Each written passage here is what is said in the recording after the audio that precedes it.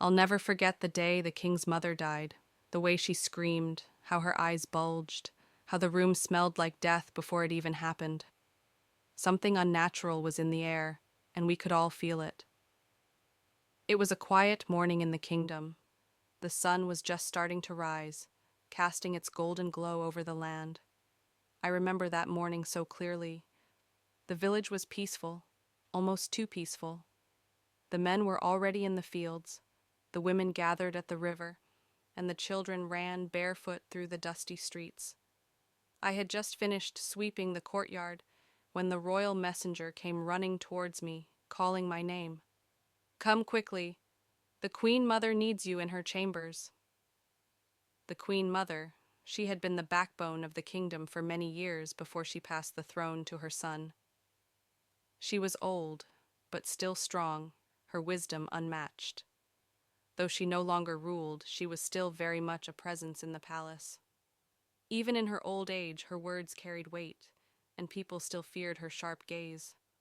I'd worked in the palace since I was a child, always cleaning the floors, delivering messages, or helping with whatever was needed. I didn't think much of it when I was called to her chambers, but that morning, something felt off. When I arrived at her door, I knocked softly and waited. The door creaked open, and there she stood, her face pale as the moonlight that filtered through the window. She looked at me with dark, tired eyes, and for a moment I felt a strange chill run down my spine. Something was wrong. "Come in," she said in a voice that seemed to echo with a faint tremor. I entered, trying to hide my unease.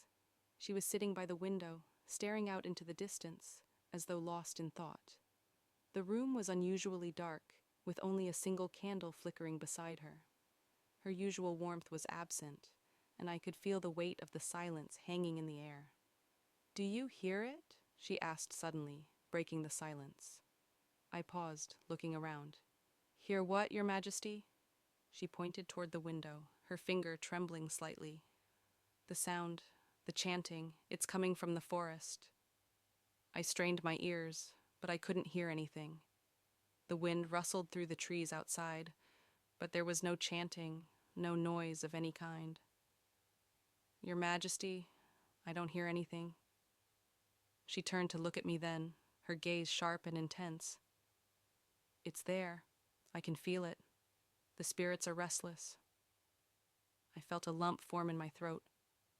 The elders had spoken of such things, spirits that would come for those who had wronged them, curses that could bring death. But such things were just stories, old wives' tales passed down through generations.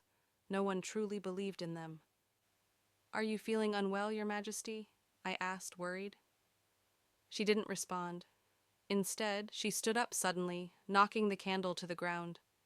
The room grew darker, and I could feel the temperature drop. "Help me, please," she whispered, her voice shaking now. I rushed to her side, but before I could touch her, she stumbled backward, her hands clutching her chest. I could see the terror in her eyes. She gasped for air, but no sound came out. Her mouth opened wide as if to scream, but nothing escaped. I was frozen in place, my heart racing.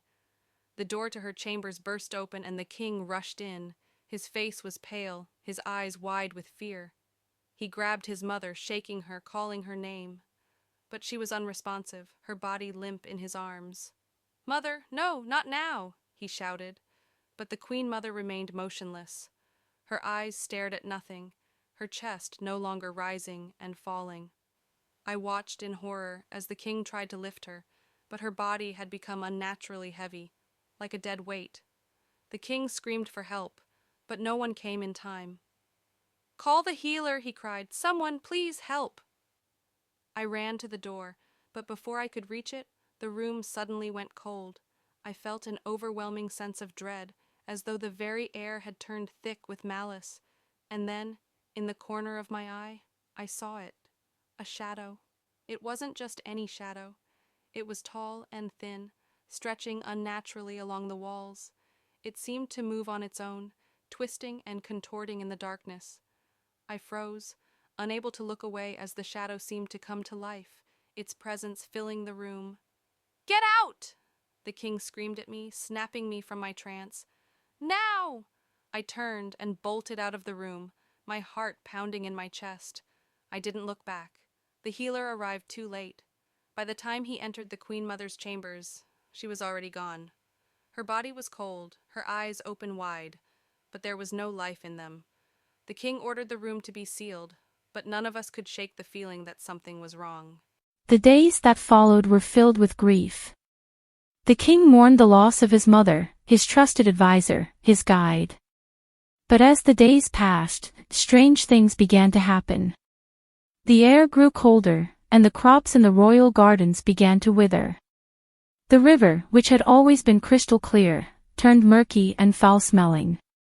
The villagers started to whisper that the Queen Mother's death was not natural. They spoke of curses, of vengeful spirits that had come to collect her soul. I heard it too, late one night as I was walking through the palace courtyard. The air was thick with the smell of damp earth, and the wind whispered through the trees. Then, from deep within the forest, I heard it, the chanting. It was faint at first, like the wind was carrying it to me, but then it grew louder. The rhythm of the chant was haunting, unsettling, and it filled the night with an eerie sense of dread. I ran to the king, but when I arrived at his chambers, I found him sitting in front of the fire, his eyes vacant, as if he were already lost. "Your Majesty," I called, but he didn't respond. I reached out to him, but just as my hand touched his shoulder, he turned, his face contorted in a way I had never seen before. His eyes were wide, filled with fear. "They're here," he whispered. "They've come for us." I backed away, unsure of what to say or do. His voice was trembling, as if the weight of the words were too much for him to bear. "The forest," he said, "they're calling to me. They say I must pay for what my mother did. For what we did." The king never recovered from his mother's death. Over the next few weeks, strange events occurred almost every night. The forest around the kingdom grew darker, the wind howled in unnatural ways, and the villagers began to leave, fearing the curse that had fallen upon the land. The chanting never stopped. It became louder each night, until it filled the very air of the palace. No one dared go near the forest anymore. But even as the king's advisors begged him to leave the palace and seek refuge, he refused. He believed the curse could not be outrun. One final night, as the moon hung high in the sky, the king stood alone on the palace balcony, staring into the forest. I watched from the shadows, too afraid to approach him.